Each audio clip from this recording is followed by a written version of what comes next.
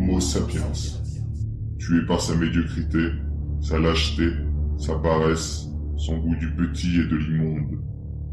Pour son crime génocidaire de les humanités, jugé coupable, condamné à l'oubli et au néant.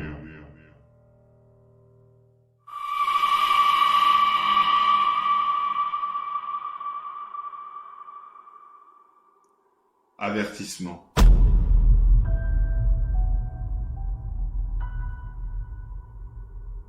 Je suis un dégénéré. J'ai plus d'anomalie que le plus anormal des êtres. Mais juste pour le cas où se trouverait une goutte de folie pure dans les bizarreries que j'écris, cela vaut bien la peine que je les écrive. Alors que ceux de la race des normaux et des saints s'en aillent, ils ne verraient que des propos donnant à rire. Ô vous les chercheurs de contradictions, les grands érudits contenteurs de l'esprit, sachez que c'est vous qui ne comprenez pas. Car si un esprit dit quelque chose et autre chose, c'est que soit ces deux choses sont complémentaires, soit qu'elles le sont et que l'esprit unique a changé, en gardant son unicité et sa continuité. Mais dans les deux cas, qui ne sont en réalité qu'un et unique cas, il ne faut pas chercher là la contradiction, mais la vérité. Même suite à un changement d'opinion, ce dernier est le même après qu'avant. Car la seconde compréhension n'est rien sans la première. Comment un esprit pourrait-il se contredire? Comment deux esprits pourraient-ils se contredire? Il n'y a que science du grand tout. Ô vous les chercheurs de contradictions, n'êtes que des blasphémateurs de la pensée. Vous prenez les buts pour moyens et les sciences pour but. Idiots! Vous cherchez à détruire plutôt qu'à construire. Sur vos temples chargés d'idoles, vous ne comprenez pas. Vous ne comprendrez jamais. Comprenez-y au moins que vous ne comprenez rien. Oh, vous qui voyez des idées à la place de la vérité, passez votre chemin. À bas les appréciateurs de concepts. Car si vous me lisez, vous passerez votre chemin de toute manière en riant de moi ou en ayant pitié de ce que vous appellerez un pauvre garçon. Pour les plus fanatiques d'entre vous, vous me feriez interner. Et pour les plus intelligents d'entre vous, vous me feriez décapiter sur la place publique. Et les saints d'esprit gagneront peut-être en intelligence au fur et à mesure qu'ils suivront l'écoulement du ruisseau de mes mots. Alors, pour votre bien et le mien, ne me lisez pas.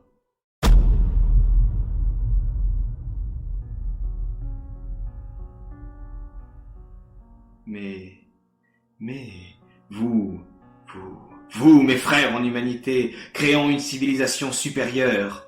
Façonnons une société nouvelle. Vous qui souffrez, vous les cœurs brisés, vous êtes les surhumains de demain, les partisans d'une nouvelle ère, les maçons et les charpentiers, les sculpteurs et les peintres de ce nouvel ordre qui se bâtira avec votre sueur et votre sang.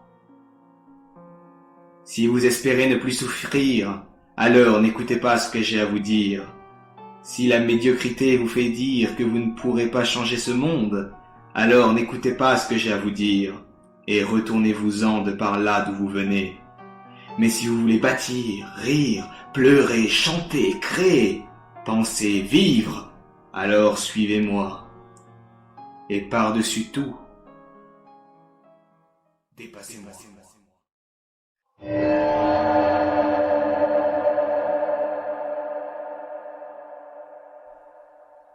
Prologue.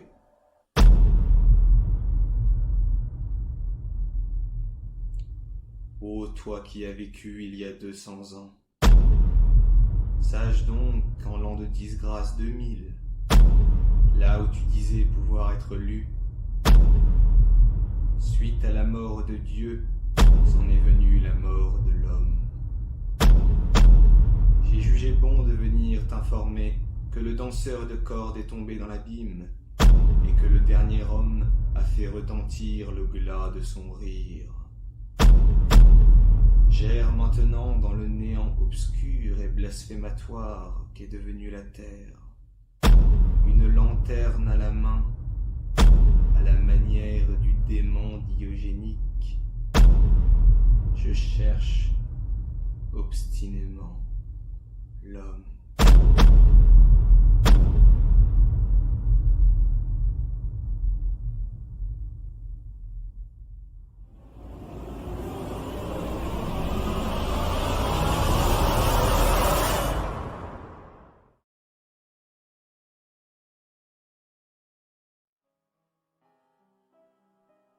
lorsque les fines herbes fraîchement coupées font de magnifiques jeux de lumière or avec le soleil puéril, lorsque le voile argent de la brume mystérieuse s'engouffre dans la rocaille, et là où la légère brise rampe et s'engloutit entre les sages collines, transportant la vie des cèpes odorants sur son passage, je fis la connaissance d'une charmante demoiselle des prés. Elle était si discrète, elle feignait la mort, mais j'aime à penser aujourd'hui qu'elle l'était, reposant avec sa fierté bien coutumière dans les mains de son Créateur, et que l'histoire que je vais vous conter n'était que songe éphémère et bribes de pensée. Je n'osais la regarder ni m'approcher, tellement elle était fine et distinguée. Mais peu à peu elle quitta son amant le vent, avec qui la nature et la peur instinctive l'avaient forcée aux épousailles, pour s'approcher de l'homme que j'étais. Elle me fixait, avec ses grands yeux émeraudes, et semblait me crier « Aime-moi, aime-moi !» Mais il était déjà trop tard. En réalité, dès la première seconde où je l'aperçus, mon cœur fut profondément imprégné de cette petite créature. Peut-être trop petite, mais je l'aimais de toute mon âme. Là fut mon erreur. Et vous, être enfui dans une mécanique qui vous dépasse, le comprendrez bien assez tôt. Je fis un pas à mon tour, et au fil du temps, nos âmes s'apprivoisèrent. Mais plus elle s'approchait, plus elle se languissait de ne pouvoir se nourrir de moi, car elle avait déjà enfanté. Cependant, elle demeurait trop faible pour me voler la vie, ce qui la poussa à disparaître. S'était-elle ôté la vie afin de me faire le plus de mal possible? Je l'ignore toujours. Mais il ne se passera pas une seule vendange sans que je chante une rhapsodie d'adieu et d'excuses pour cette trop petite créature.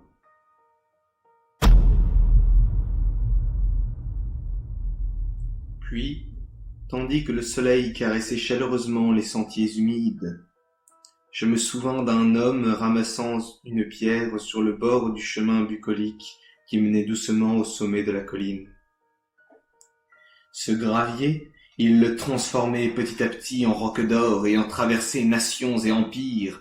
Il lui inventait des aventures de montagne immortelles adorées des hommes. Il écoutait les tumultes de son impétueuse histoire. Il songeait et se plongeait en elle.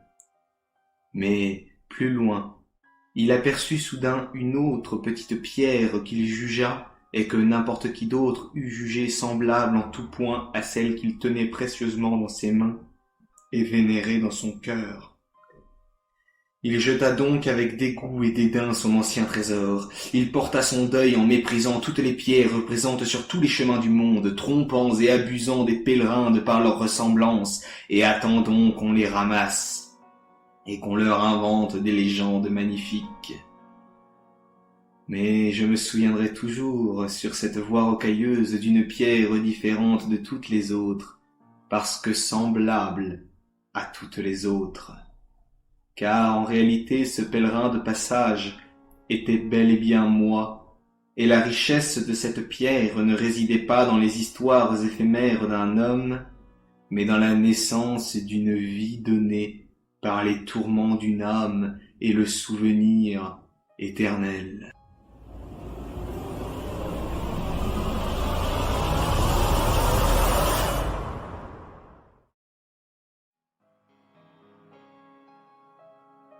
Ensuite, durant une lente marche pensive et pesante de par la lourdeur de l'air, au gré du vent froid transportant lentement les opalins nuages cendrés et faisant pleurer les arbres songeurs, j'entendis les hurlements d'une foule tout entière. Ce vacarme était comme des murmures incessants résonnant dans mon cœur, sûrement amenés par ce qui m'avait moi-même fait arriver ici. Je me souvins alors de cette larme particulière qui m'avait arrêté là, et je demandai à son propriétaire la raison de ses pleurs.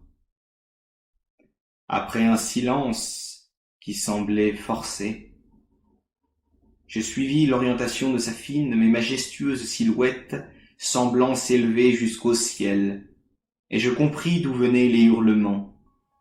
C'étaient des milliers d'âmes agglutinées non pas dans les hauteurs, mais torturées par le lierre qui se tordait et vacillait dans tous les recoins de ce qui semblait être un mur de pierres fendues et fissurées, cachées par de la mousse vertigineuse, comme le serpent étranglant doucement sa proie, et les profondes racines noires du sage arbre s'enfonçant dans les sombres ténèbres, afin de faire trembler jusqu'au fondement de la construction.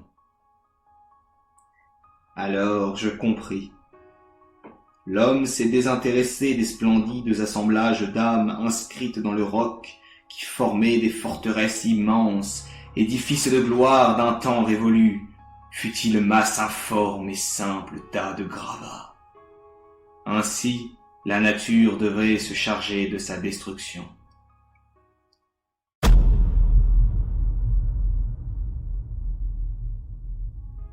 Alors les pierres taillées me récitèrent tout en chœur cette complainte. Pleure lorsque c'est digne, pleure lorsque c'est beau, pleure, pleure, pleure. Toi, maître mélancolique d'un autre temps, qui as vu la beauté d'une ruine, toi, grain de sable dans l'immensité de l'infini, transforme-toi en la plus belle des verreries.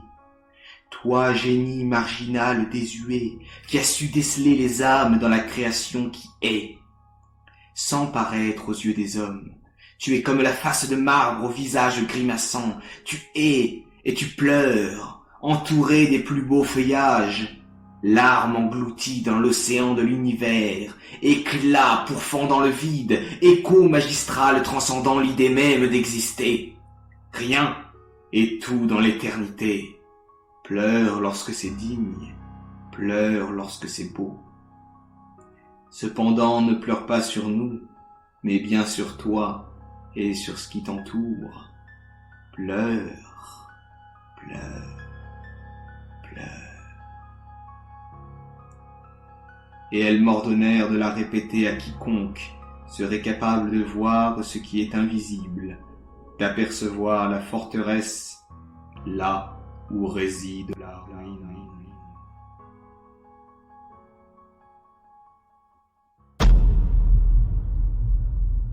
Fort de cet enseignement, je continue ma route tumultueuse en espérant être qui puisse écouter.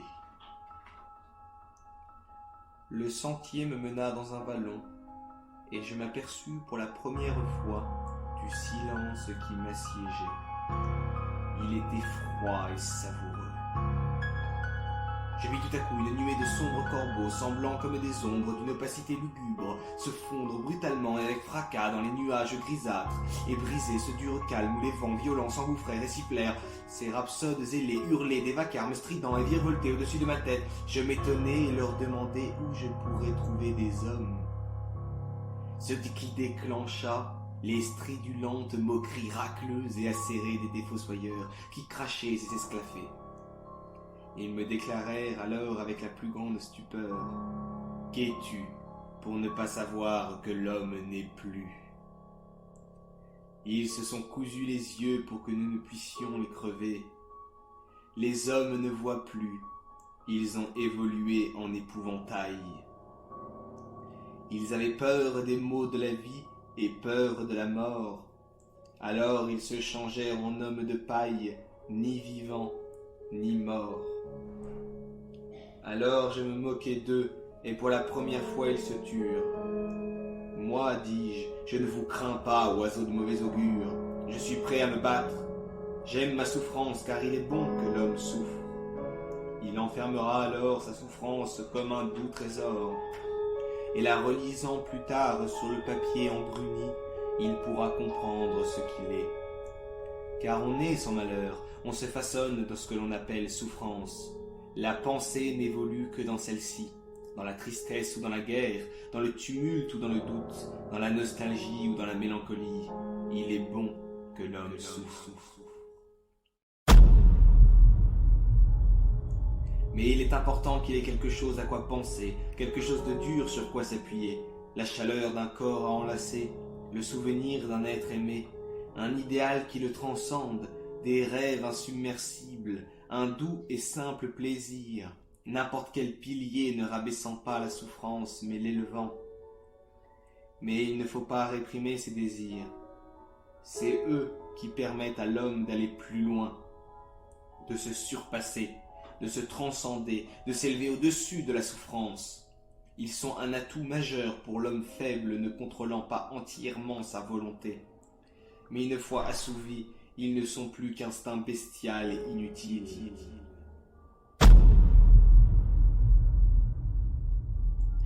Il fut en effet un temps où nous déclamions de magnifiques poèmes, composions de grandioses sonates, volions de rapides et tendres baisers, et dès lors, nous nous envolions aussi vite.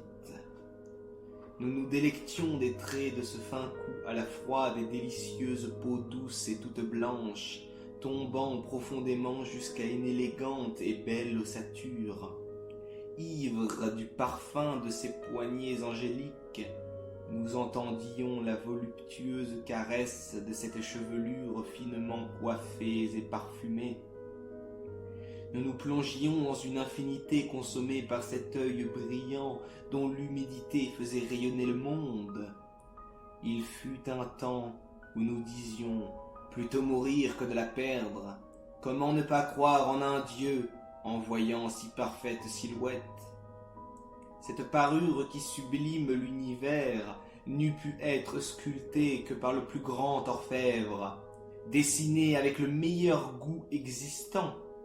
Aucune colonnade des plus grands palais n'est si droite et belle, aucune arcure des plus splendides cathédrales ne possède si harmonieuses courbures, aucun trait n'eût jamais été tracé avec tant de génie. Mais soyez avertis, enfants, tout ceci peut se transformer en un instant en un immonde sac de viande beuglant. Cette merveilleuse vapeur envoûtante, tel le nectar des dieux, se voit changer en une milliardième de seconde en infâme puanteur de sécrétions corporelles, de sueur et de sang dégoulinant comme du métal froid.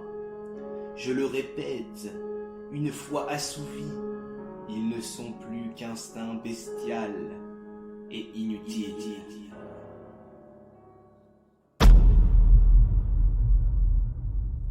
Et enfin, je veux une mort digne d'une vie vécue. Je désire qu'on chante, qu'on rie, qu'on danse et que l'on vive. Voilà comment devrait être respirée la mort. Il faut qu'un grand banquet soit organisé, que l'on mange, boive et marie en quantité suffisante pour que le corps et l'esprit des vivants soient rassasiés. Pleurer de joie et jouir de pleurer dans le cortège transportant le cadavre souriant. Voilà comment l'on célèbre les fiançailles de l'homme avec son ami la mort.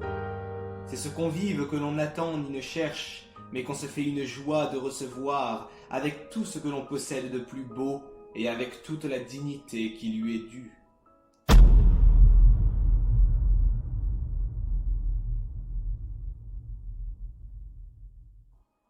Ou bien, je désire que l'on me haïsse et torture.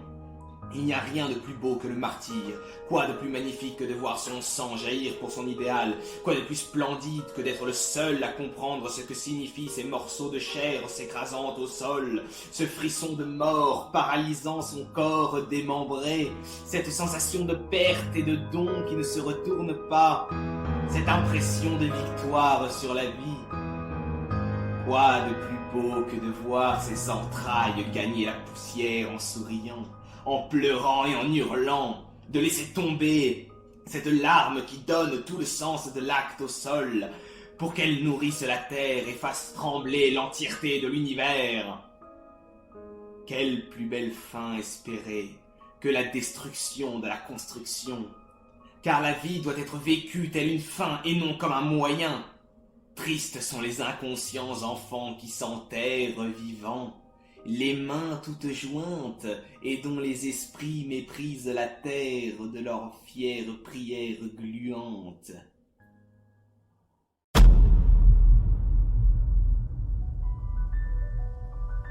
C'est pourquoi je haïs ceux qui meurent dans leur lit, avec comme seul idéal le moelleux oreiller qui supporte leur lourde tête. La mort, c'est le grand départ dans le désert aride, avec comme seule source les larmes qui ruissellent sur la joue tremblante. La mort, c'est la magnifique destruction d'une vie durement bâtie. L'homme devient quand il meurt, lorsque la porte de la folie s'ouvre, lorsque la raison est annihilée, lorsque le romantisme s'échappe et lorsque la fable limite logique s'éclate. Ce doux tombeau fait de plumes et de résonnantes tiédeurs confortables explose et virevolte dans la pénombre.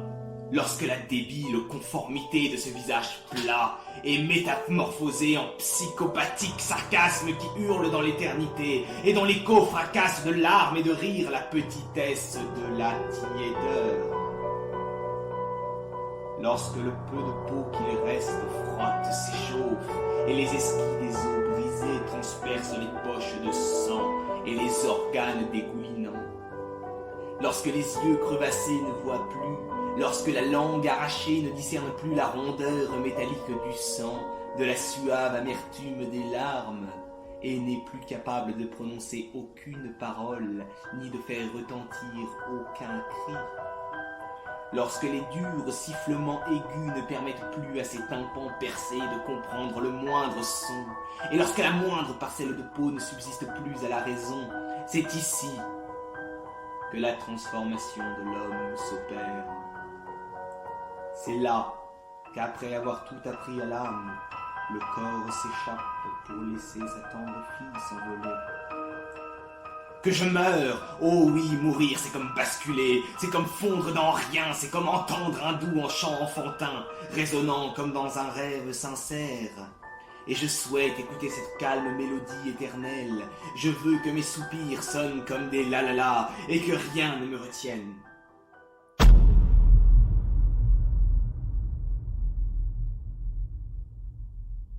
C'est pourquoi il est bon que l'homme meure.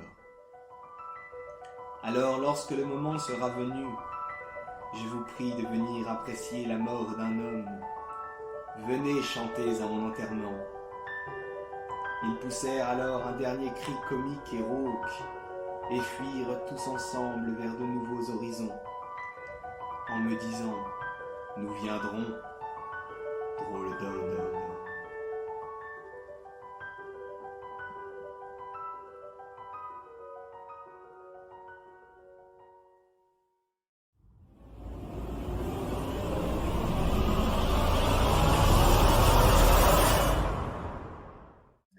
L'homme serait alors mort?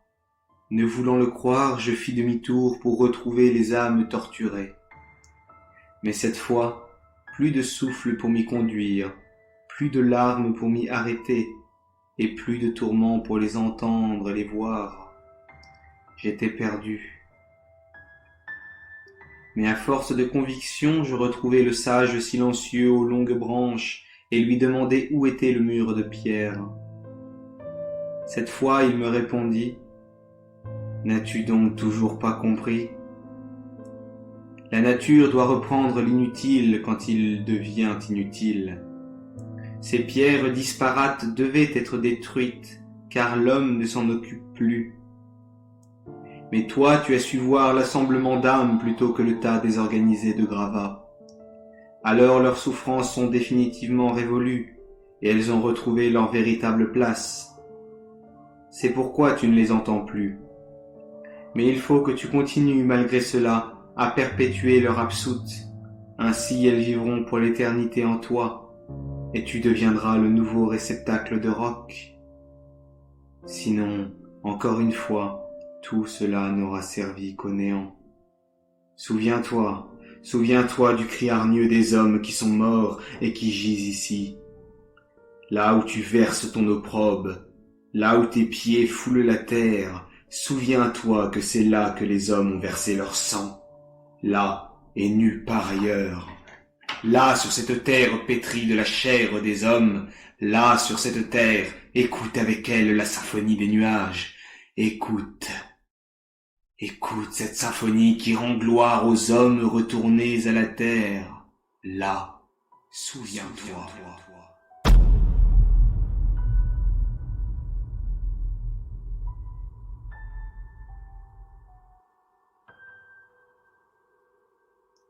Il marqua une pause et continua.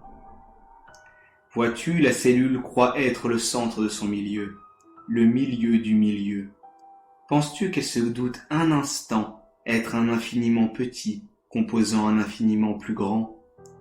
L'infiniment grand ne serait-il pas l'infiniment petit d'un infiniment plus grand? Ne serait-ce pas cela l'infini?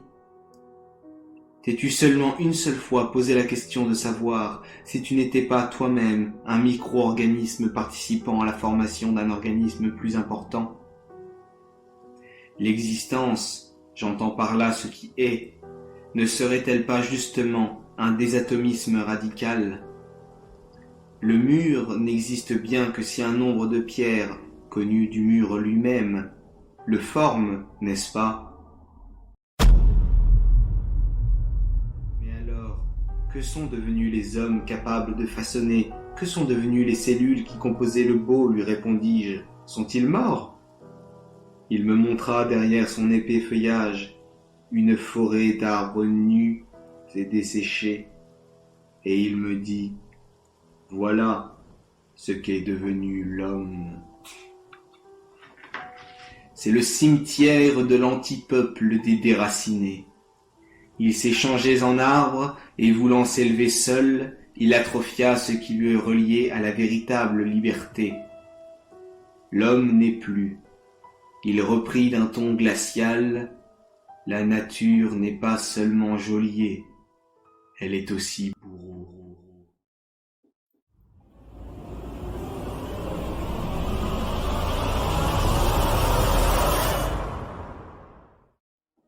Je continuai donc tristement, mais plein d'espoirs nouveaux et inconnus, ma descente aux enfers, en suivant le chemin pour rejoindre la vallée qui se galvanisait peu à peu. Cela m'obligea à briser le calme cours d'un ruisseau qui coupait mon chemin. M'apprêtant à le traverser, j'entendis les habitants du lieu me dire: « Qui es-tu pour fendre les eaux ?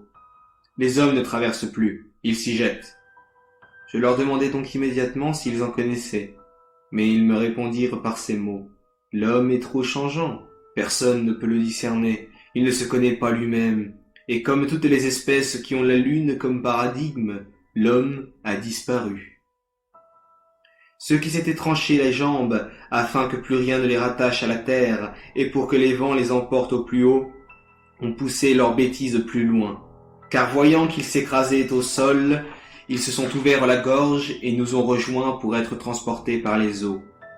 Mais un être sans racines ne peut changer de milieu, c'est pourquoi ils coulèrent tous par le fond, emportés par les fantômes de leurs jambes, lourds tel le boulet du prisonnier qui, cherchant la liberté, s'est enchaîné.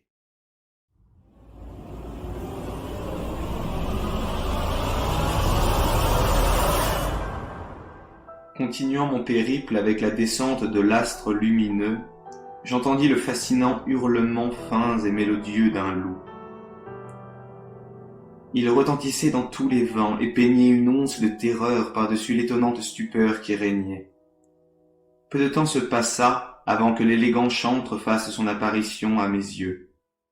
Ses dents polies et sa langue acérée claquaient, et sa salive ruisselante tombait au sol.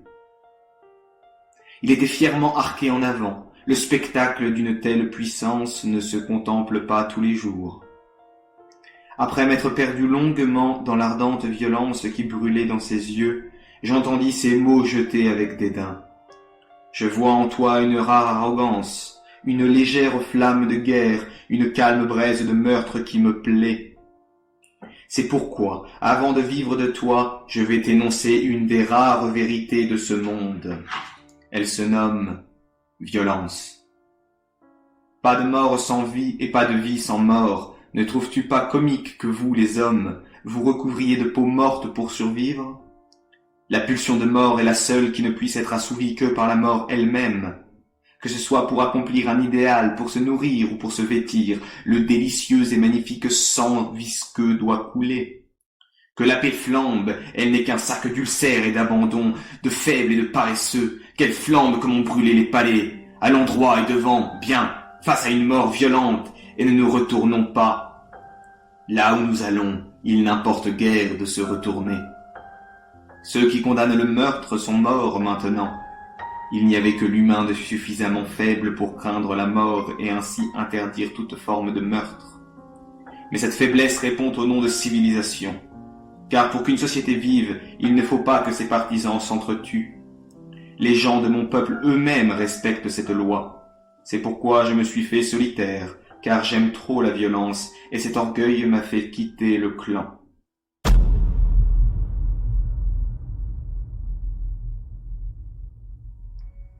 Suite à quoi, en acquiesçant sans parole, je lui demandai comment les hommes étaient morts. Hivernal, il me répondit avec sarcasme. Au début, ils sont juste devenus des êtres multicolores, ayant oublié tous les conditionnements les plus ancrés en eux, comme les rites, les prières, les chants, les contes, les traditions et les coutumes apprises par leurs pères. Puis, ils ne purent plus s'accrocher à quoi que ce fût. Enfin, ils poussèrent le comique plus loin, en se vautrant avec d'autres espèces, ce qui fit naître d'horribles chimères difformes et agénésiques. Ils s'accouplèrent sans vergogne, si bien qu'au bout d'à peine 3 générations, nous pûmes apercevoir des bâtards monstrueux, dénués de conscience, d'intelligence, ne pouvant plus parler ni penser, semblant mi-homme, mi-rat, ou mi-escargot, ou encore mi-chien, ou mi-scarabée, ou alors mi-crapaud. Un jour, je vis même un hybride anthropomorphe mi-huître, mi-pissenlit.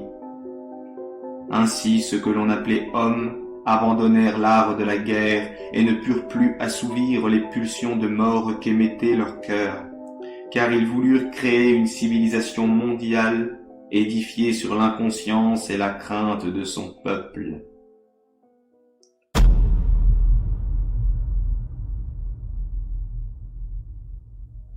Un long silence entrecoupa le dur monologue.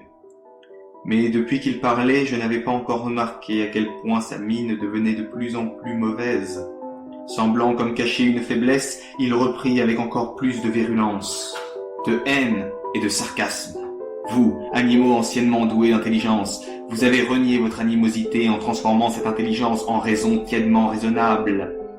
Et vous avez ignoré que vous n'étiez jamais plus animal que lorsque vous étiez charitable, serviable ou généreux, fort, puissant ou encore intelligent. Il fut un temps où vous étiez prêt à tout perdre pour obtenir une satisfaction personnelle, un plaisir instinctif et intellectif, tout comme le buffle en rut se bat pour le plaisir qu'il récoltera avec la femelle qui sera sienne bientôt. Et c'est en reniant l'intelligence qui vous permettait d'orienter votre animosité que vous êtes mort d'une mort triste et médiocre, d'une mort dénuée de pulsions de mort.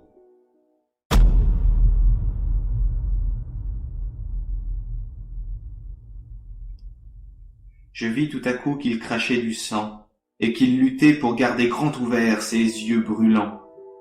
Mais je compris d'où venait son affaiblissement soudain, et compris qu'il le gardait enfui par fierté magnifique depuis notre rencontre.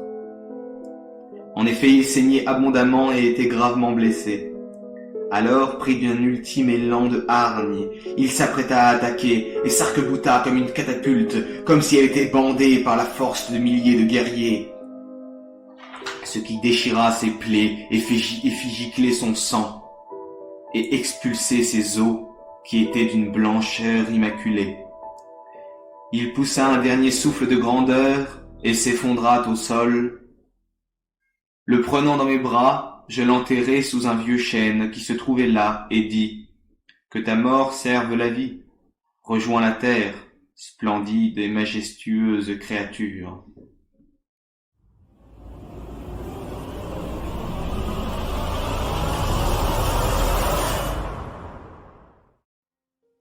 Arrivé dans le gouffre où mènent toutes les routes des hauteurs, j'entendis hurler des discours de guerre, que pour la sûreté de la nation et le maintien des valeurs les plus profondes de l'homme, pour ses droits et sa dignité, il faut de la tolérance. Et je compris qu'il n'y avait pas d'homme ici. En effet, le trop chaud et le trop froid se mélangent, s'enlacent, s'étranglent et s'unissent vers une même fin. Mais le trop tiède ne sont qu'êtres agueusiques, titubants et errants, sans chemins à parcourir, sans but à atteindre. En ce qui concerne les droits, l'homme n'a pas de droits. Il a des devoirs et de la volonté qui doivent se confondre, et là est son droit, vouloir, devoir. Laissez un homme sans habitude, sans ordre, sans règles, sans devoir, et il ne sera plus capable de vouloir. S'il ne veut pas, il ne sera qu'esclave et n'ayant que devoir, ou qu'esclave mort. S'il ne veut pas, il ne devra, et s'il ne doit pas, il ne voudra. Ce cycle universel entre devoir et vouloir, c'est cela l'unique droit de l'homme. La liberté. Mais je déteste les moments où de gros porcs immondes osent parler de liberté, lisant et relisant froidement les mêmes chartes usées par la lecture, telles de mauvaises recettes de cuisine. Alors que cette élégante parure ornée de splendides et luisantes perles toutes rondes, provenant des profondeurs des océans noirs et terribles, et d'un petit fermoir d'ivoire et d'or importé des extrémités du monde, est belle, et que les porcs sont laids. Ils ne sont pas en mesure de connaître ce luxe étant porcs, mais cela ne les empêche pas de le convoiter et de s'en couronner illégitimement par la parole ou la pensée, ce qui insulte la dignité dans toute sa grandeur et ce qui débecte mon imagination qui voit de dégoûtants animaux dansant le ventre à l'air, les jambes écartées et le sourire aux lèvres, portant le plus splendide collier qui soit autour des oreilles, que l'orfèvre du monde a minutieusement placé là, bien heureusement loin des yeux et des langues des porcs. La liberté ne se couronne pas, elle se noue bien solidement au cou, comme le voile soyeux que l'on entoure pour affronter la tempête au désert.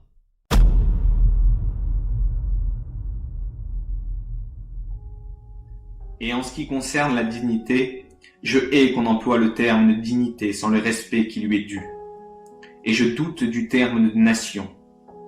Je me complais bien plus dans la terre de nos pères, la patrie.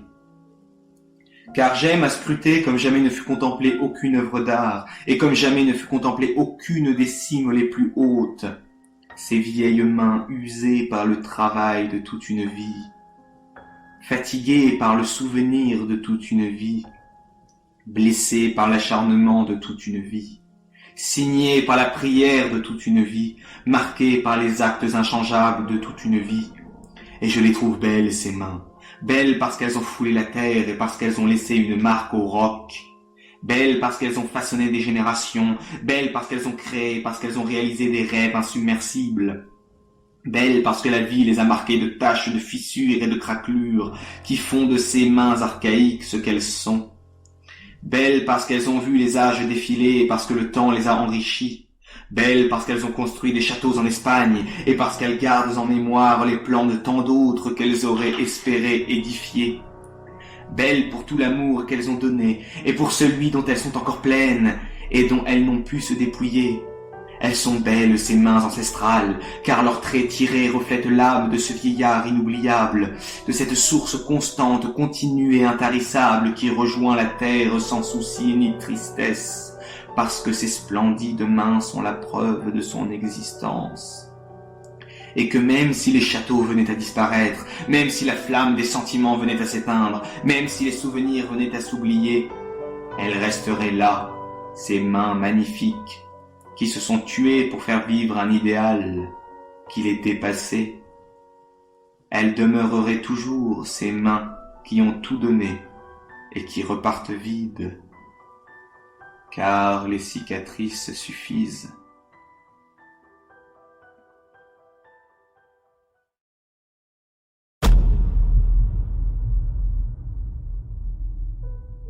Puis j'entendis comme de pieuses prières que l'estime de soi est une clé de voûte pour atteindre la béatitude personnelle, dans la pleine égalité des hommes. Et d'abord, je me mis à envier ce bétail-là, qui convoite l'estime de soi, car la mienne me dégoûte bien assez. En effet, que ferais-je de l'estime que je me porte et de celle des autres? Ce n'est que vent, vent qui n'a même pas la fierté de faire vaciller les feuilles des arbres. Je réserve cela aux vaches à lait, qui, une fois moins efficaces et moins rentables que leurs congénères du champ voisin, se dirigent tout droit vers l'abattoir.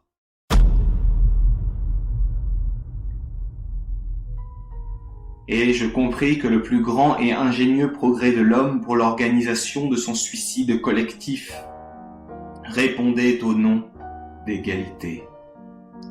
Il a annihilé tout commencement de l'être, il a supprimé toute utilité d'existence, il a achevé le but qui ne devait avoir de fin. Et c'est ainsi que l'homme est mort. Il n'a que les tièdes qui souhaitent l'atroce égalité. Ces immondes contenteurs souhaitent être égaux aux faibles et aux forts, mais désirent aussi que forts et faibles participent à leur puanteur nauséabonde. Glorifiant leur maladie, ils la transmettent. Vous, tièdes, êtes comparables à l'ignoble lépreux traînant lourdement ce sac infâme de graisse en lambeaux qui lui sert de creuse panse cadavérique, barbouillants et caquetant dans votre grasse et huileuse mare, où pue et sang faisante lentement. Et vous restez là, et vous vous satisfaites de ce putride état. Recevant l'unique amitié de la larve, vous dansez et lui exposez vos viscères. Elle fait alors mine de vous admirer et vous supplie de continuer. Flattés et enorgueillis, vous roulez et vous tordez avec plus de ferveur et d'acharnement pour entendre la lubrique éloge du ver. Et ouvrant vos plaies comme le paon arbore ses splendides plumes, vous arrachez vos croûtes et faites entrer les lombriques tortillant, s'agitant et faisant vaciller et bouillir ces couches de chair rance et mal raccordées entre elles. Ainsi je compris que l'homme s'était affadi, qu'il avait refroidi, mais que ses excréments mêlés à la paille les gardaient bien au chaud. L'homme n'est plus que tièdeur.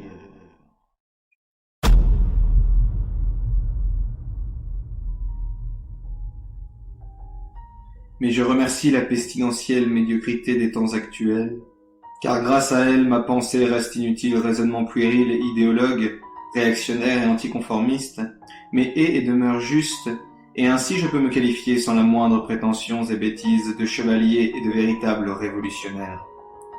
Et fussé-je né lorsque la morale et le dévouement, l'honneur et la fidélité, la pensée et toute autre vertu eussent été toujours d'actualité, aurais-je osé hurler? Je ne le sais. Mais cela est possible, c'est pourquoi je suis fier d'appartenir à ce monde pourri, où je peux à ma guise combattre et espérer. Pardonnez-moi ce doux égoïsme, mais à quoi bon lâcher prise?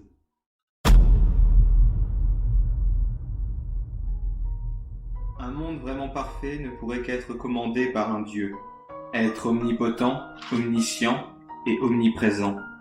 Car les bons états, étant toute forme de rassemblement d'hommes et d'idées d'hommes, ne sont bons que de par la médiocrité des autres. Et là sont la misère et la grandeur de l'homme. La splendeur de ce dernier est que, chez lui, misère et grandeur s'aiment d'amour passionnel. Mais que faire d'un Dieu s'il n'y a plus d'homme?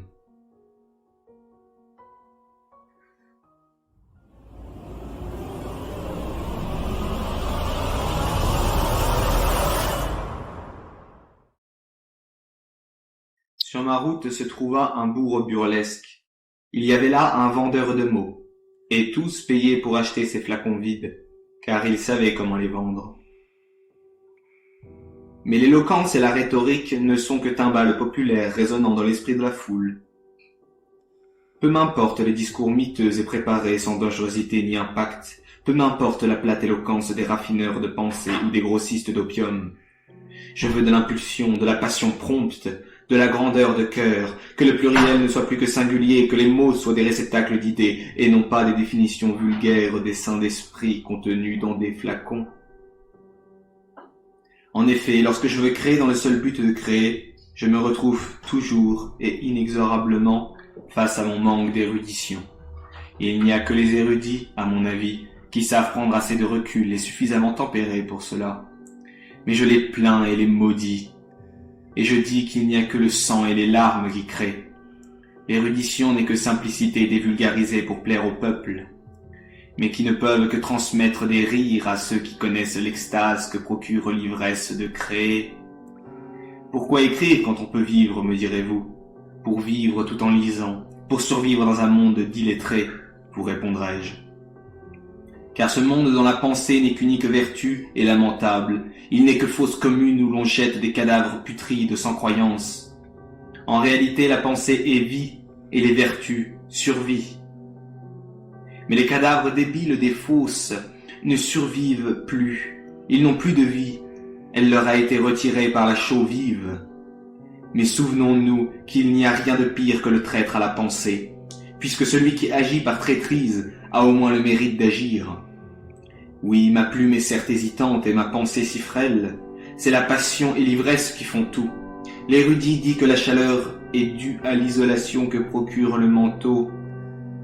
Mais moi je dis que la véritable chaleur est celle qui nous enveloppe lorsque l'on s'est dépouillé du lourd manteau qui nous calfeutrait pour le poser délicatement sur les douces épaules tremblantes de l'être aimé.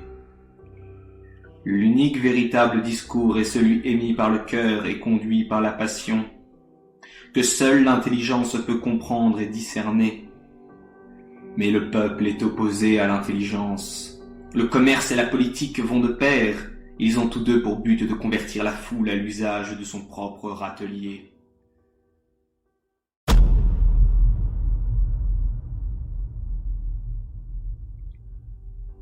Cependant, le bas peuple est également marqué par la passion.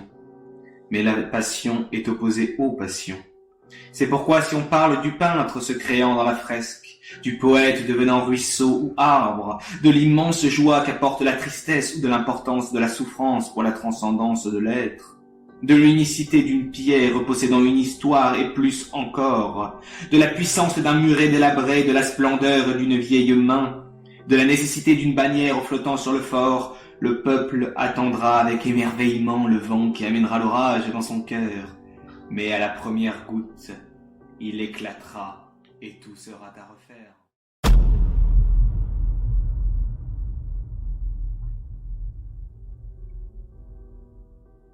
Puis, voulant quitter cette masse, je suivis la rue sur laquelle se bâtissait la ville, où toutes les maisons fumantes semblaient s'entasser tout du long d'une large et profonde route censée représenter le degré de civilisation, que toutes voulaient posséder. Mais la civilisation n'est rien sans la passion du civilisé. Un château ne peut être si, du garde chien de chasse, personne n'est prêt à mourir pour la défense de la main qui les nourrit. Non pas la civilisation, elle n'est qu'auge, réceptacle de la passion, mais de celle-ci même qui se donne.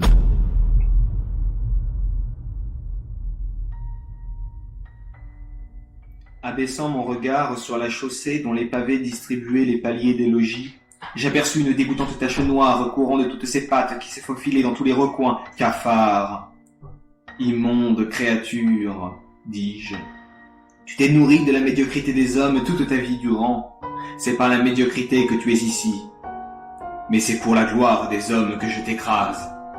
Protégeant mes chaussures de la vermine, je romps ton cou sous un tapis verni. La bouillie de ton cadavre aplati accompagnera la médiocrité jusqu'à décomposition.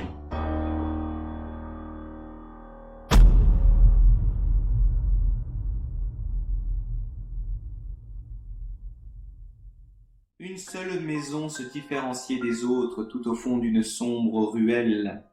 J'y rencontrai un fossoyeur bossu. Lui demandant alors s'il était né ainsi, il me répondit en soupirant que ce fut vocation tardive. En effet, le vieil homme me dit tout bas « Je n'eus jamais le courage de m'engager dans le dur labeur du meurtrier. C'est pourquoi je rejoignis la fosse, là où gisent le voleur, le lâche, le parricide et l'adultère. Mais peu m'importe, un mort ne parle pas, n'agit pas, ne pense pas. C'est moi la puissance et l'acte du cadavre. Ainsi je peux devenir humanité. Le futur n'est rien, le présent est médiocre et le passé c'est cette utopie magnifique à construire, cet idyllique songe à imaginer. Il n'est pas toujours bon que l'on idolâtre quelque chose de vivant. C'est trop imparfait et trop pensant.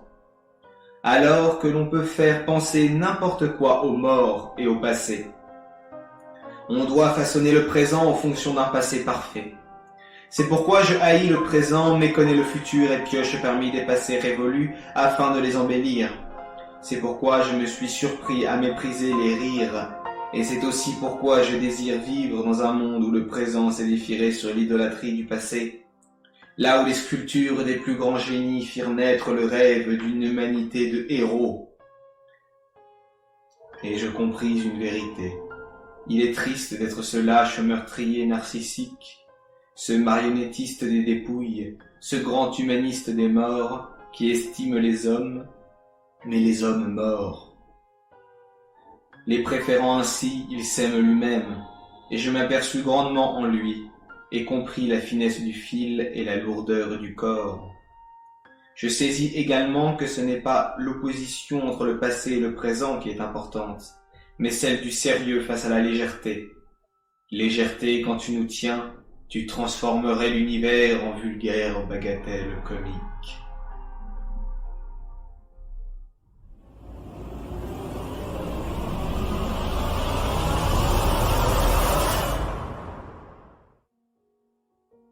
Allant alors de l'avant, je voulus trouver non pas un homme, car il n'est que passage, et s'il n'est pas transcendé, il ne peut qu'être mort, mais une entité supérieure. Poussant la vérité plus loin, je compris que l'on devait toujours chercher quelque chose de supérieur. Je quittai alors ce lieu qui se vidait peu à peu pour rejoindre la foule et espérer trouver âme qui vive.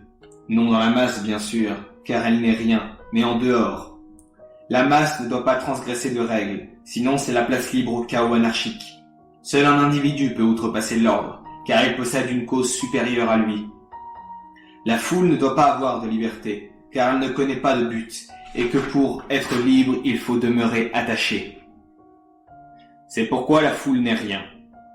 Ensuite, après avoir retrouvé l'attroupement, chose aisée de par ce qu'elle émane, je vis qu'il se rendait avec le commun bas émerveillement, qui s'épaissit à une réception où tous étaient conviés, jeunes et vieux, riches et pauvres.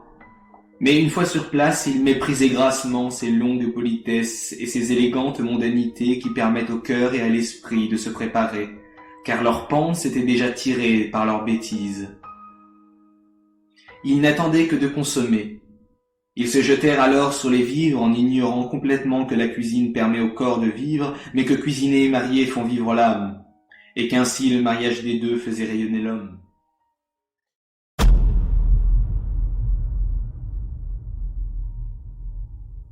Puis, au moment où fut servie cette sueur majestueuse des hommes, ce sang sacrifié du lion, là des rugissements contre le dragon, coulant à travers les nervures du roc pour se mêler au sel des profondeurs, je contemplais cette coupe brillante de ses 1000 éclats, ce magnifique verre de cristal semblant incarcérer tous les arcs-en-ciel, présents dans l'univers. Je me retournai vers ses yeux, n'enfermant rien de plus que de la lâcheté, de la bêtise, qui l'épie et la jalouse, ou s'en moque. Et il me vint du dégoût pour ces bêtes et du mépris pour leur précarité. Ils sont trop pauvres pour l'acheter, trop pauvres pour la briser.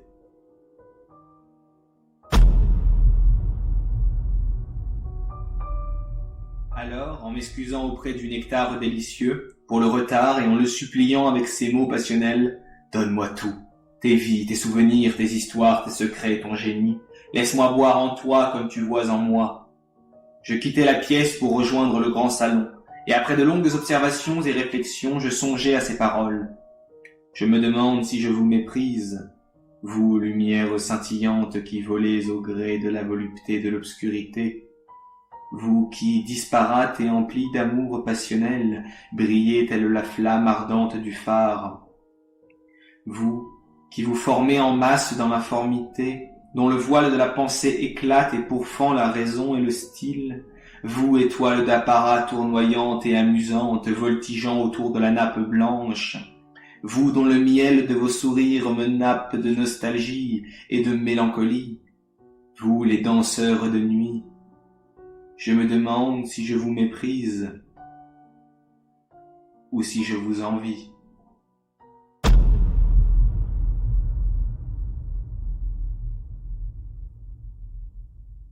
Mais je compris vite où était le piège.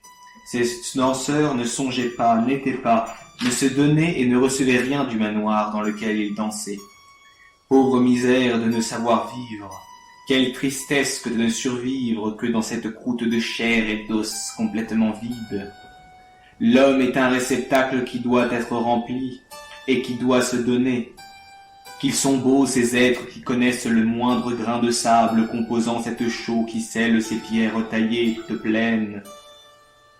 qui savent l'usure de cette marche creusée par le temps, qui discernent cette fissure-là et se remémorent l'histoire de celle-ci, qui connaissent tous les pavés se retenant les uns les autres pour façonner cette merveilleuse voûte protégeant le magnifique trésor qu'elle surplombe et possède, qui songent sous chaque saison à ce splendide paysage séquestré par cette large fenêtre, qui se souviennent de la douce chaleur enfermée par cette immense cheminée, les moindres pas de danse reçus par ces dalles, et de toutes les notes retenues par ces murs qui en font une splendide symphonie éternelle. Car ces êtres sont le manoir. Pauvre misère que ceux qui n'ont ni de pierre fissurée, ni de marche usée, ni musique jolie séquestrée en eux. Oui, le sens d'une chose est dans ce qu'elle contient.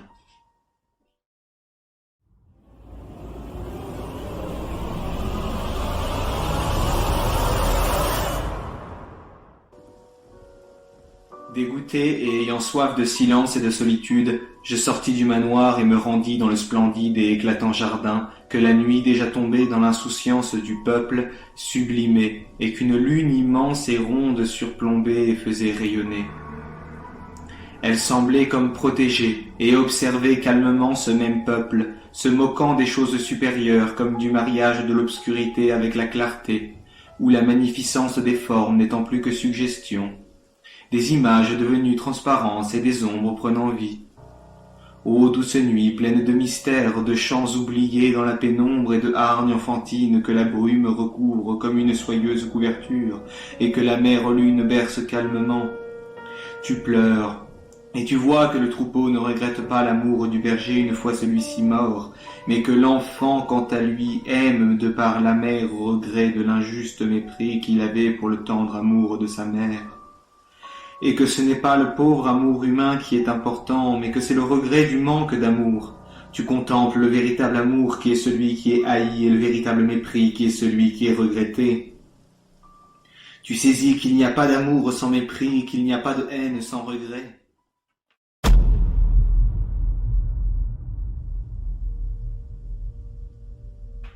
Et tu sembles dire, il est trop tard. Trop tard pour aimer, trop tard pour chérir, trop tard pour vivre. Dors, tendre enfant, dans ce berceau que sont les comètes et les planètes. Dors tant qu'il en est encore temps. Que ce soit enveloppé des langes ou du linceul de la Voie lactée, dans les limbes du cercueil ou dans la pénombre de l'existence, dors. Dors, tendre enfant, chez qui tout est à faire, tout est à entreprendre et à perpétrer. Tout est à voir et à connaître, tout est à devenir. Les belles étoiles brillent pour toi. Tes soupirs incertains et loin des encombres de l'insomnie donnent un sens au silence des astres qui dansent. Toi, fils d'homme, entrailles de la nuit, rien qui est tout, bien au chaud, contemplés et contentés par l'univers entier. Tu es aveugle et sourd aux méchancetés du jour qui pointe doucement son œil limpide et chasse le silence du cosmos et de ses anges. Vite, vite le temps presse, déjà le jour sera levé et le glas sonnera dans la baie. C'est le requiem des hésitants et des impromptus.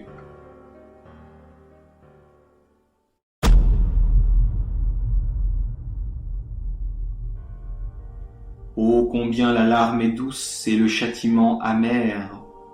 La symphonie de la vie nous porte bien loin. Et une fois là, stupides et imbéciles, le questionnement nous apporte au doute. Magnifique note rythmée par le silence, tu nous transportes dans les rêves les plus fous, mais où nous emportent les vanités de ce monde. Au regret, là où plus aucune lumière ne parvient, là où l'abîme a pris le dessus sur l'amibe. Oh, combien la larme est douce et le châtiment amer. Tendre mère, souviens-toi du cri de ton enfant retentissant dans la pénombre. Terre, sois indulgente à tes pauvres fils démunis, et n'ayant accompli comme seul crime que de croquer la vie et de vouloir baiser le sein clair de la lune.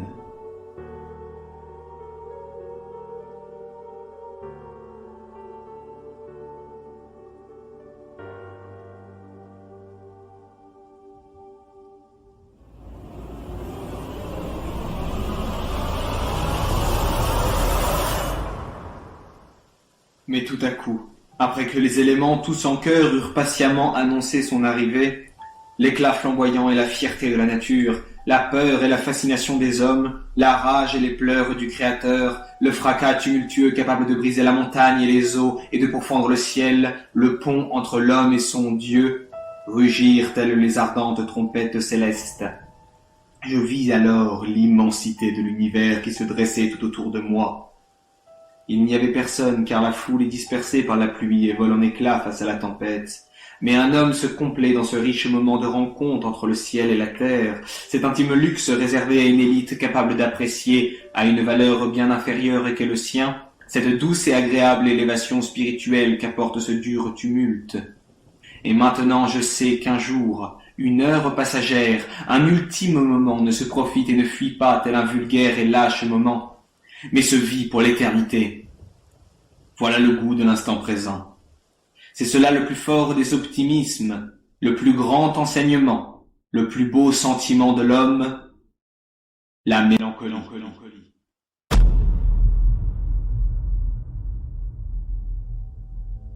La mélancolie, c'est cette sensation indescriptible que l'on ressent à l'écoute des premières notes d'une splendide sonate, ces premières notes que l'on voudrait entendre pour l'éternité. C'est cette ivresse toujours neuve qui nous éloigne de la raison pour nous faire rejoindre les plus beaux paradis, par cette pas lourde, si proche de la terre, nous nous éloignons de plus en plus de la réalité si petite, mais la lourdeur si légère de l'autre ne peut que retenir ton envol si parfait. C'est pourquoi ne dis à personne que tu es triste lorsque tu l'es, car les larmes ne s'expliquent pas, et l'envie de celui-là à qui tu t'es confié et vanté lui fera s'empresser de te voler de ta tristesse par empathie. Et comme le pestiféré qui puiserait dans le puits de tes larmes le corromprait de sa chair dans son intégralité, ou bien comme le vilain hibou, tel un maraudeur noctambule s'introduisant dans ton logis, celui que tu as laissé ouvert et qui couvre ton sommeil pour te piller, viendrait briser le silence de la nuit de par ses hurlements.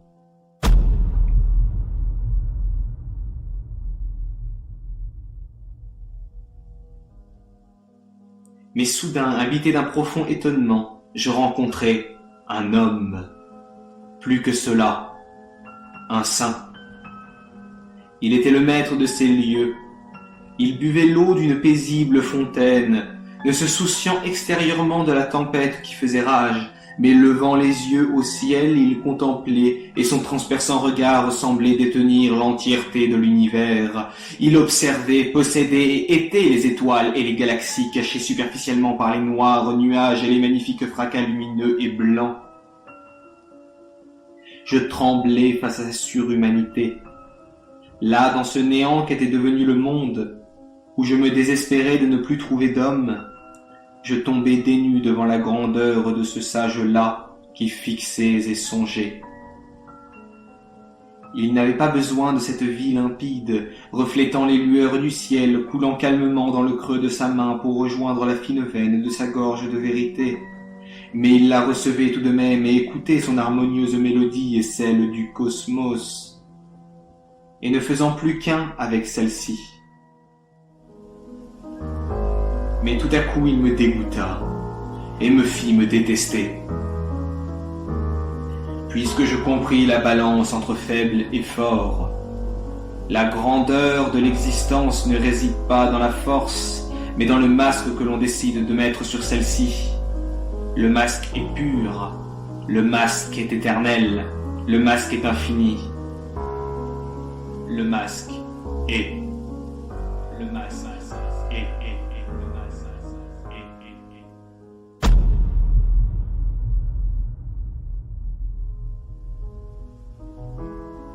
Il n'y a pas de génie méconnu. Il n'y a que des petits anéantis dans l'oubli et des sots bouffés par la bêtise. Non pas que le génie ait soif de gloire, mais que la gloire appelle au génie. Souviens-toi du retentissement de la gloire, toi le génie en devenir, car si tu n'es pas, crève comme tous ceux de ta race, les petits et les infirmes. La force est un bouclier qui aide les peureuses faiblesses de l'homme à accomplir. Mais honte au faible qui n'a rien accompli à cause de sa faiblesse. il n'a pas eu le cran pour avoir l'honneur d'être appelé faible. Parce que comme le mal-formé est appelé à la boiteuse jambe amputée par la fatalité, le pauvre est petit de par le manque de richesse obtenue, mais les faibles sont cette rare et courageuse race qui ont accompli sans force. Il n'y a peu de plus méprisable que le mendiant livide, ce traître à l'existence, ce petit parmi les petits, ce tiède sans grandeur, n'ayant comme seule vanité que sa petitesse, ce lamentable à abandonner la joie des larmes.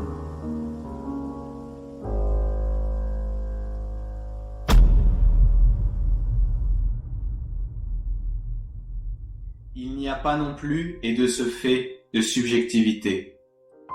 La subjectivité, c'est l'annihilation moderne de la vérité. C'est l'incompréhension enfantine d'une objectivité propre à chacun, d'une unique vérité. Il n'y a plus une vérité contemplée par plusieurs positions, mais une multitude de réalités positionnées pour l'heure du thé ou pour la promenade quotidienne qu'une multitude d'individus peuvent se permettre d'enfermer dans leur propre garde-manger. Pitoyable subjectivité, tu as transformé les plus grands chefs-d'œuvre de l'humanité en vulgaires et rances biscuits ramollis. Tout est permis si tout est vérité, il suffit de trouver idiot à qui les faire manger. L'imbécile se fera une joie de les tremper dans un liquide chaud qui verra peu à peu de petites miettes et bulles remonter à sa surface. Car ce sera ça, vérité. Qui ne se ferait pas une joie de dire « je possède ma vérité ». Puis après une partie de cartes accompagnée de conversations plates et inutiles, une amie lui demandera « mais que tu es plus épanoui depuis que tu possèdes ta vérité. Regarde, tu rayonnes de grâce et de jovialité. Dis-moi, comment fait-on pour trouver sa vérité ?» Alors son acolyte répondra « Oh, il suffit d'être soi-même, n'est-ce pas le plus important ?» Non, peu importe d'être soi-même, il faut être une cause, une vérité, un but. Il faut être humanité. Nous ne vivons pas en nous approchant toujours de plus en plus de la vérité, et nous ne la voyons pas s'éloigner de plus en plus pour entendre une petite sotte déclamer que chacun peut posséder sa propre vérité, et que tout n'est que ressenti ou interprétation subjective, que les vérités sont les pleines libertés que chacun a d'aimer ce qui lui plaît, et que les choses sont belles et vraies si elles nous plaisent. C'est quand on aura supprimé le pluriel que l'on aura compris que la seule vérité, c'est que la chose est. Tu n'es rien, toi, l'enfant ridicule, alors n'ose pas dire qu'une vérité t'appartient. Si un jour, lors d'une calme matinée de printemps, tu venais à grandir, tu diras plutôt « J'ai trouvé un sens à ma vie anciennement médiocre. La vérité me possède et je suis son jouet. » Alors tu seras sagesse. Car la vérité est une pierre translucide, possédant de multiples facettes. Chacune de celles-ci possède le monde. Mais il n'y a qu'un seul diamant diffractant la lumière et possédant ainsi plusieurs facettes avec plusieurs lumières et avec plusieurs reflets de tout, sous chaque lumière montrant ainsi plusieurs diamants, car chaque facette contient le diamant. Le diamant est tout, comme tout est le diamant. Il possède tout ce qu'il reflète ou transparaît, mais le diamant étant pur, il faut de la lumière et une position, car sans position, le diamant transparaît la lumière sans la diffracter ou la refléter. Chaque homme étant une position possédée par le diamant.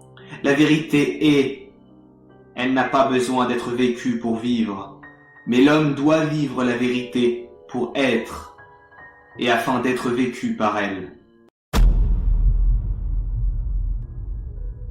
Enfin, il n'y a que deux possibilités de changer le monde, lutter de l'extérieur ou le modifier de l'intérieur.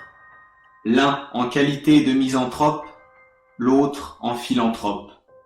L'un incarne et prend le mal sur lui, car étant supérieur et ayant une cause qui le dépasse, la fin seule importe.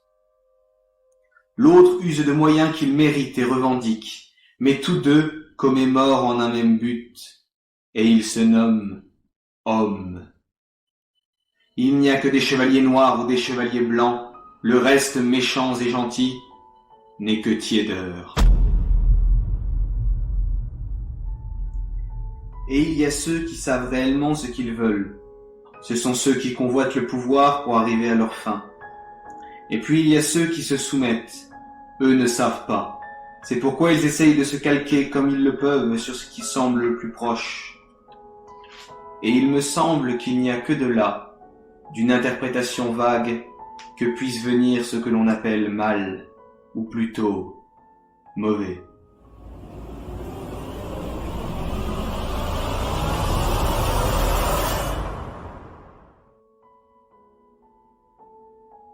Tout ce qui avance, tout ce qui est inné, tout ce qui vise à se rendre supérieur, don de soi, enfouissement de l'âme, approche de Dieu, ne sont que moyens servant un but propre à chacun, visant à créer cet idéal qui donne un sens à l'existence.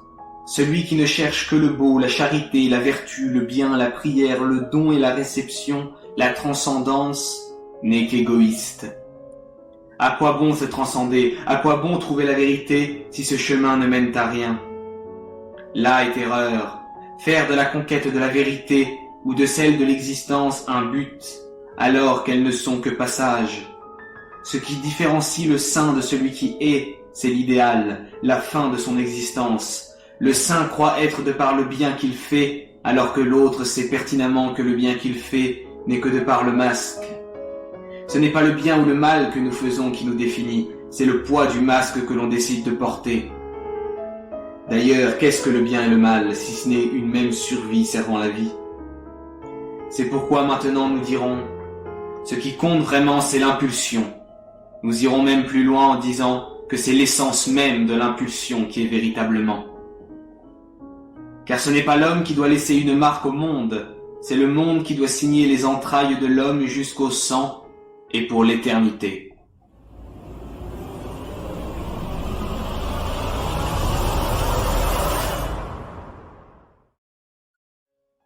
Pour haïr, il faut accepter d'être haï en retour.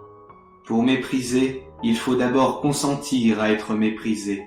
Et pour tuer, il demeure qu'il faille s'attendre à mourir pour nourrir l'idéal d'un autre, tout comme le sien et celui de cet autre fut enivré par le sang de ce même autre.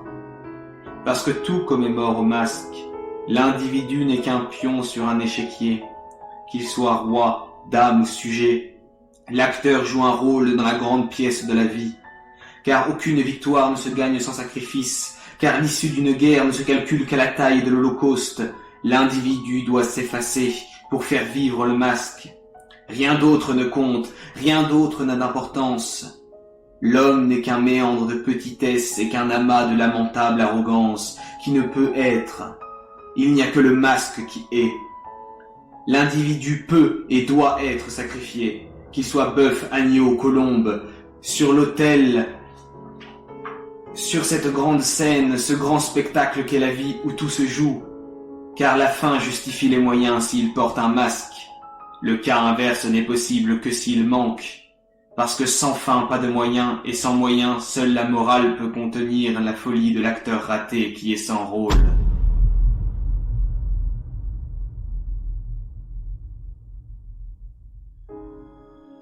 Ainsi, le meurtre n'est possible que si le sang sert un idéal. Alors qu'une femme infanticide ne soit plus appelée femme, mais ignoble catin.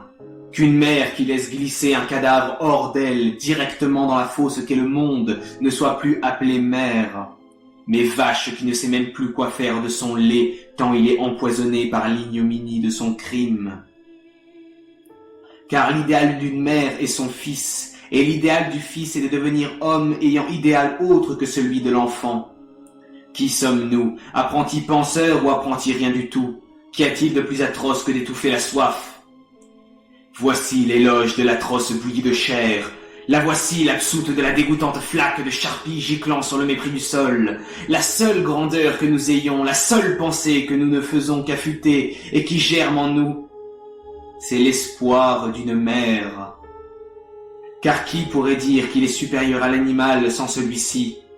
Et sans celui-ci, qui pourrait annoncer que sa vie est essentielle au destin de l'humanité et qu'il n'eût pu être assassiné? Seulement l'homme supérieur possédant un idéal autre que celui de l'enfant.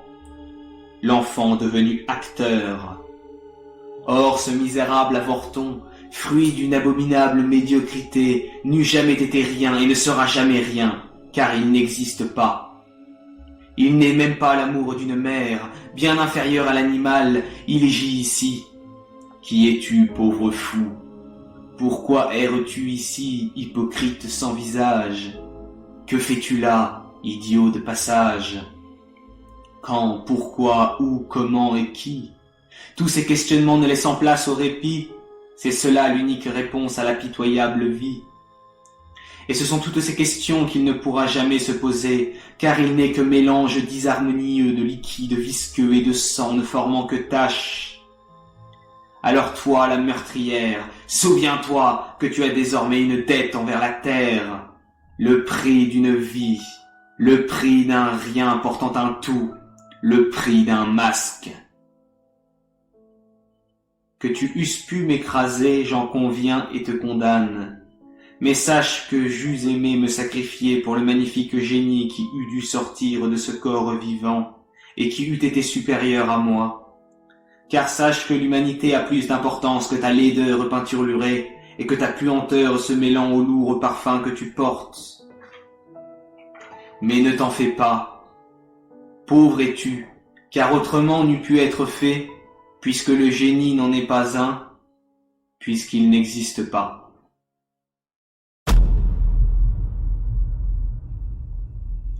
Sans masque, l'homme n'est rien. Le masque, c'est le sens des actes, car une fois tombé, il ne reste que pitoyable humanité.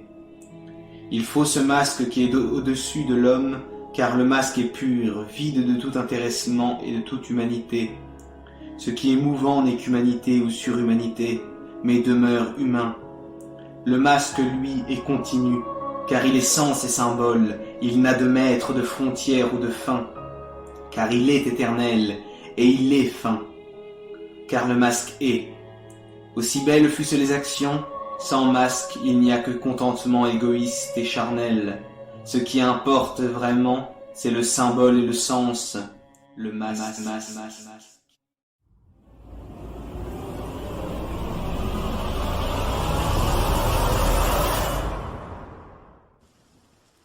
J'implose. J'ai plus de tourments que si j'avais 200 ans.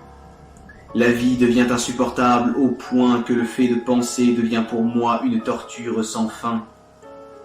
Le nourrisson que je suis hurle si bien que mes cordes vocales explosent. La vérité défonce ma boîte crânienne, mais rien n'en sort. Mon cœur est de glace et mon esprit est calciné sur le bûcher de l'incompréhension. L'homme ne signifie plus rien pour moi. Plus rien n'a de sens. Je pense ce qui est, mais ce qui est ne me pense pas. Sur un immonde pilori, je suis sur le point de succomber aux atroces supplices de la vie. Je suis là. Enfant, j'étais le plus heureux du monde. Tous ceux qui se disaient supérieurs à moi en bonheur n'étaient pas des pèlerins de la vérité. Mais maintenant, je crois que tout est volonté. C'est pourquoi je sombre dans le désespoir, car je ne suis pas ce que je suis parce que je le suis, mais je suis ce que je ne voudrais pas être, parce que je ne suis pas. Je succombe. Triste agonie que ma déplorable vie. Sans but, je titube en osant voler l'air de ceux qui font fleurir la terre. Chaque respiration que j'entreprends est un péché bien plus grand que tous les meurtres et viols de la terre. Je suis un acteur raté, un acteur sans masque, un acteur sans rôle qui prend de la place sur scène. Ce comédien possède un gros saxophone et quelques tam-tams, et il hurle, et il rit bêtement, et même ses cris sont vulgaires, inutiles et de mauvais goût. Le masque ne se trouve pas. Il est. Mais saurais-je remporter ce combat contre mon inconscient? Mon conscient, mon inconscient, moi, tout cela n'est que mensonge. Seul le masque est. C'est pourquoi je devrais partir dans l'écume brûlante de mon âme, dans le feu sacré des entrailles de la terre. Je devrais me rendre dans le glorieux sépulcre scellé des hommes pour trouver le masque et le mettre au-dessus de ma figure de mensonge. La recouvrir de ce superbe rayon de lumière, pour qu'à mon tour je sois en lui. En effet, pour l'instant, le grand mensonge de l'homme est la seule vérité. L'homme doit mentir sur sa condition de mensonge en revêtant le masque. Il devient un dieu. Telle est la destinée des rois.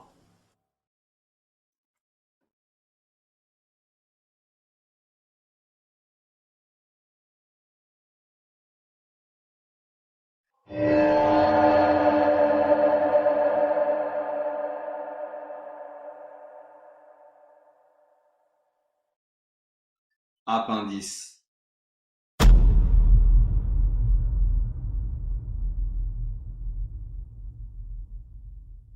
Je suis las de ce monde. Mon vêtement est usé par la bêtise, et tous les êtres autour de moi n'évoquent que mépris et dégoût. Et par-dessus tout, je me dégoûte et me méprise moi-même.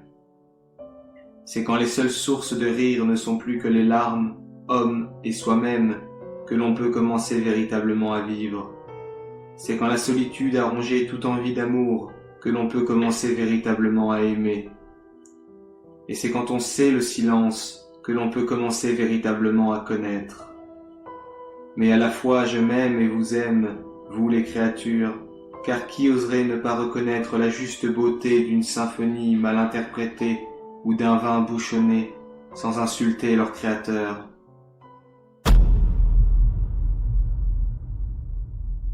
Dieu, mon Seigneur, le grand metteur en scène de la vie, le masque des masques, je déclare désirer me sacrifier pour plus grand que moi.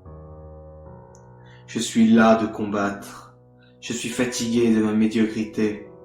Je vous supplie de mettre terme à cette existence de cafard. Je vous implore de donner un sens à la pauvre misère de votre serviteur, bien moins qu'inutile, ou de laisser mon poids disparaître, et plutôt que de contraindre la terre, de servir l'humanité pour plus grand que moi. En éteignant cette flamme n'existant que de par sa médiocre lumière, pour faire monter en température celle de l'humanité. Je vous prie de changer ne serait-ce qu'un centième de ma petitesse en grandeur, elle renverserait tout l'univers.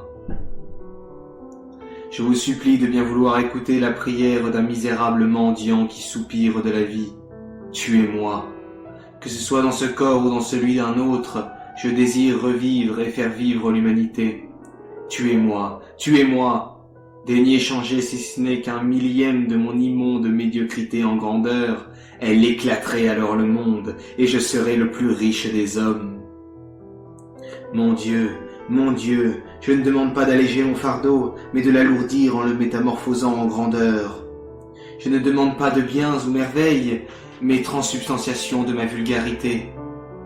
Puis-je me reposer auprès de votre côté? Puis-je me désaltérer à votre source? Je ne vous demande qu'une chose, qu'un 100 millième de ma petitesse soit changé en grandeur. Alors j'espère être le plus reconnaissant des hommes.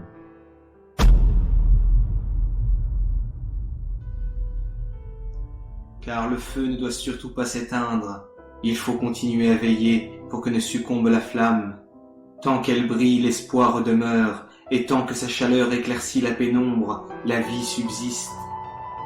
Elle est le dernier espoir contre les loups, le froid et la nuit, le seul salut.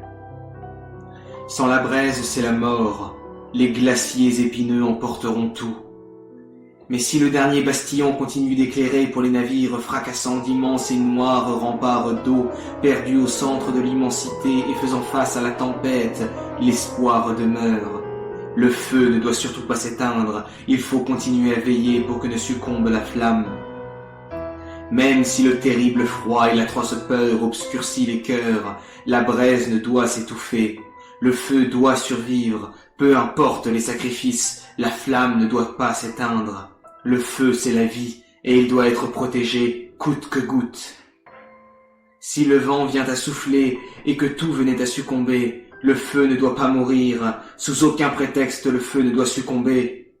Ce petit point rouge dans l'immensité de la plaine, visible dans toute la noirceur infinie de l'univers, lutte toute la nuit contre le froid, le silence et l'obscurité. Il ne faut pas le laisser s'éteindre, il est l'espoir et la vie. Il ne doit surtout pas s'éteindre.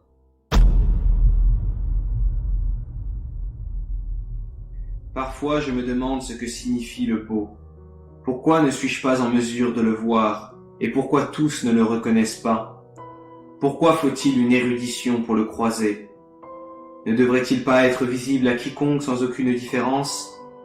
Pourquoi la seule où tous devraient être égaux, et il n'en va pas sans l'érudition? Est-ce son imperfection qui le rend si insaisissable, ou est-ce la joie de l'avoir découvert qui le rend si beau? Pourquoi l'œuvre est-elle comme une épaisse brume enfermée par de gigantesques remparts que sont les conditionnements? C'est parce que l'œuvre est laide et que le beau est. Mais il se doit d'être enfermé dans un vase pour être ressenti par l'homme, car le beau est l'âme de toute chose, l'anima mundi. Le beau est le grand tout qui gouverne toute chose, le pan psyché. Au-delà la goutte de sueur du tailleur de pierre qui s'éclate sur les belles rugosités du roc, au-delà même de la larme et du sang se trouve quelque chose de plus grand, quelque chose d'essentiel, l'unification d'une âme à l'inconscient collectif qu'est le beau. L'homme ne sera esprit pur et supérieur que lorsque cathédrales et châteaux s'effondreront, lorsque statues et reliefs seront brisés, et lorsque symphonies et toiles seront déchirées, lorsqu'au lieu de voir imperfection, il ne sera plus que beau. Il en est de même pour le masque. Après avoir été enfant et acteur, l'homme deviendra Dieu. Une fois tout accompli, les masques devront se briser pour que tous portent le masque des masques, car Dieu est le grand metteur en scène de la pièce dont il est l'auteur, où les acteurs font vivre leurs masques.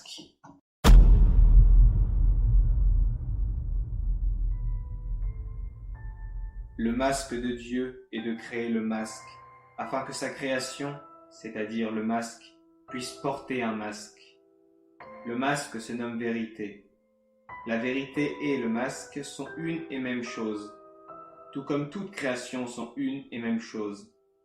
Dieu a choisi comme but d'avoir un but, car pas besoin de masque si l'on est seul, car pas de conflit s'il n'y a qu'une unique position. La paix n'est possible que s'il n'y a qu'une position pour la posséder. Et Dieu était position, car était tout. S'il y a être, il y a guerre. Le partage, c'est la guerre, et la guerre, c'est le masque.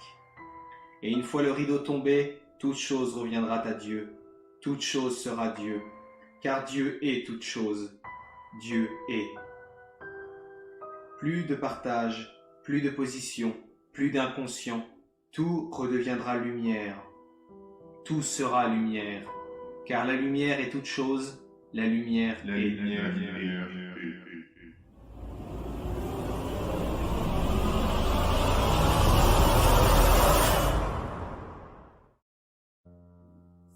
Dieu est. Il est inscrit à l'acte 0, Dieu pensa, Dieu se créa. Là fut commencement du déclin de Dieu. Il est écrit à l'acte 1, Dieu songeait, mais Dieu ne comprit pas. Dieu créa alors la compréhension. Ce que signifiait songer, Dieu créa alors la signification. Dès lors, Dieu créa les songes. Dieu se demanda, Dieu créa alors le questionnement. Que fais-je? Suite à une inexistence de suite, car suite à de multitudes de créations immédiates, Dieu se demanda quand il allait mettre l'espace. Dieu créa alors le temps. Dieu se demanda où il allait mettre la matière. Dieu créa alors l'espace. Dès lors, Dieu créa la matière. Ainsi, il morcela son emprise afin de créer quelque chose d'extérieur à lui. Là et ici fut inscrit diminution de Dieu. Ensuite, à l'acte 1, nous pouvons lire Dieu créa la gravité. Dès lors, l'univers s'autocréa, et son masque avec lui. Dieu créa un début, dès lors la fin s'autocréa. Alors Dieu vit, et Dieu vit que c'était bon. Dieu créa.